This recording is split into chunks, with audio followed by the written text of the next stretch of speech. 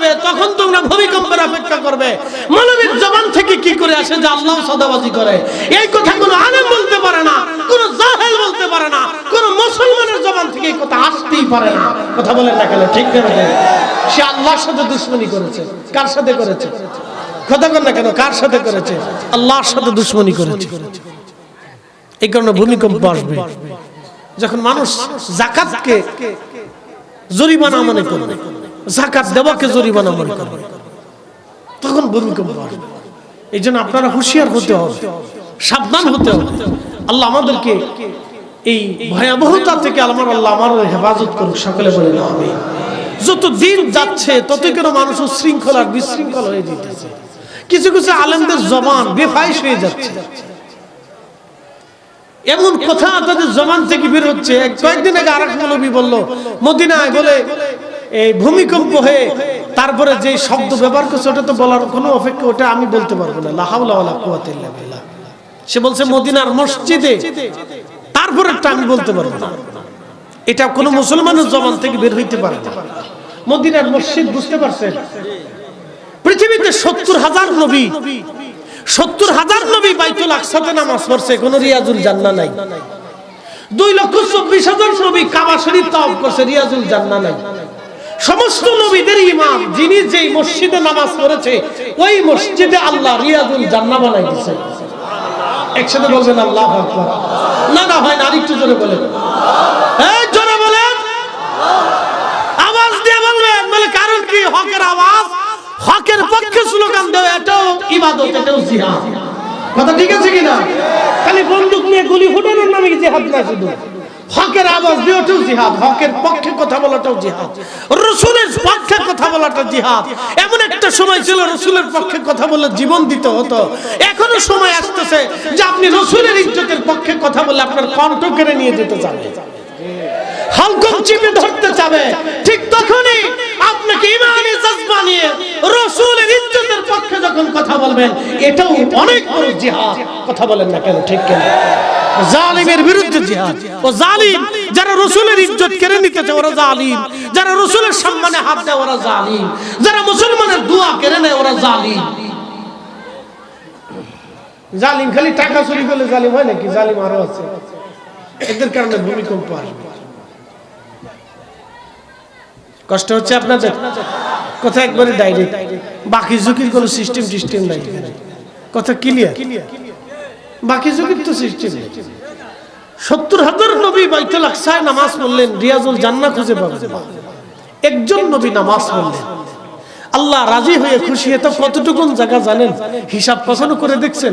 রওজা শরীফ থেকে মিম্বার শরীফ, নবীজির হুজরা শরীফ থেকে মিম্বার শরীফ, মিম্বার শরীফ থেকে হুজরা শরীফ, হুজরা শরীফ থেকে মিম্বার শরীফ। নবীজি নামাজে যাইতেন আসতেন, যাইতেন আসতেন, যাইতেন আসতেন, যাইতেন আসতেন। বারে বারে যাওয়া আসার কারণে আল্লাহ এই জায়গাটাকে রওজাতুল মিন রিয়াজিল জান্নাহ, বেহেশতের টুকরা বানিয়ে দিলেন। ওই জায়গাটা যদি দোয়া করেন তাহলে বুঝবেন বেহেশতে বসে দোয়া করছেন। ওই জায়গায় যদি নামাজ পড়েন তো বেহেশতে নামাজ পড়লেন। এই জন্য হাজিরা ওই জায়গায় নামাজ পড়ার জন্য পাগল হয়ে যায়, হাজিরা ওই জায়গায় দোয়া করার জন্য পাগল হয়ে যায়, পাগল হয়ে যায় যে আমি এই জায়গায় কেমনে দোয়া করব। রিয়াজুল জান্নাতে, সেই রিয়াজুল জান্নাহ রাসূল করিমের মসজিদে নববীর ভিতরে কিয়ামত পর্যন্ত আল্লাহ এই জায়গাটাকে অক্ষত রাখবে। একসাথে বলবেন আল্লাহু আকবার। না হয় না, আরেকটু জোরে বলেন আল্লাহু আকবার। কিয়ামত পর্যন্ত আল্লাহ এই জায়গাকে অক্ষত রাখবে এবং নির্ভেজাল করে রাখবে, রহমতের ছায়া দিয়ে রাখবে, ফেরেশতা দিয়ে পাহারা দেওয়া হবে, অক্ষত রাখবে এই জায়গাটাকে। রিয়াজুল জান্নাহ, যেই জায়গার ভিতরে সাহাবীরা নামাজ পড়লেন, সাহাবীরা বসলেন, প্রিয় নবী নামাজ পড়েছেন, আম্মা জানরা যেই হুজরার ভিতরে থেকেছে সেই জায়গা থেকে মিম্বার শরীফ পর্যন্ত রিয়াজুল জান্নাহ। পৃথিবীর কোথাও আপনি খুঁজে পাবেন না। আল্লাহ ঘোষিত একেবারে খাস নির্দিষ্ট রিয়াজুল জান্নাহ, চিরস্থায়ী রিয়াজুল জান্নাহ। ওই জায়গাটুকু আল্লাহ বেহেশতের সাথে আবার অ্যাডজাস্ট করে দেবে প্রিয় নবীর বাসস্থানের সাথে। একসাথে বলবেন আল্লাহু আকবার। আল্লাহু আকবার। মৌলভী ওয়াজ করতেছে, প্রিয় নবীর রওজা শরীফকে রওজা বলা যাবে না, এটা কবর বলতে হবে। বুঝেন আপনি? বলেন তো আপনি, যার কারণে উম্মত বেহেশত যায়, তার মাকবারা, তার কবর বলে রওজা হয় না। বলেন আপনি, তার কবরই যদি রওজা না হবে, তাহলে পৃথিবীতে আর কোন রওজা আছে? রওজা, দুনিয়ার উম্মতের কবর রওজা হয়। অনেক ওলিদের কবর আল্লাহ রওজা বানায় দেয়। বলে কেন রওজা বানায়? আল কবরু রাউযাতুম মিন রিয়াজিল জান্নাহ। কবরকে আল্লাহ রওজা বানায়। বলে কেন বানায়? আমার রাসূলের কারীমের মুহাব্বতের কারণে, ইশকের কারণে, ঈমানের কারণে, হুব্বে রাসূলের কারণে উম্মতের কবর আল্লাহ রওজা বানায় দেয়। আর সেই নবীর কবর বলে রওজা বলা যায় না, এই কথা যে মৌলবীদের জবান থেকে ওয়াজ আসে, তো ভূমিকম্প বাংলাদেশই আসে। এই কথা কেন করে বলে? এই জমিনের মাটি কাঁপবে না তো বঙ্গোপসাগরের টা কাঁপবে নাকি? এটাই তো কাঁপবে। এটা ভূমিকম্প এখানে আসে না, কারণ আমরা এত লক্ষ মুসলমান হয়ে আমরা এটা প্রতিবাদ করতে পারি না। প্রিয় মুসলমান, এই জন্য বুঝতে হবে দল মত সব কিছুর ঊর্ধ্বে দিয়ে আল্লাহ রাসূল আমাদের ঈমান, আমাদের ভালোবাসা।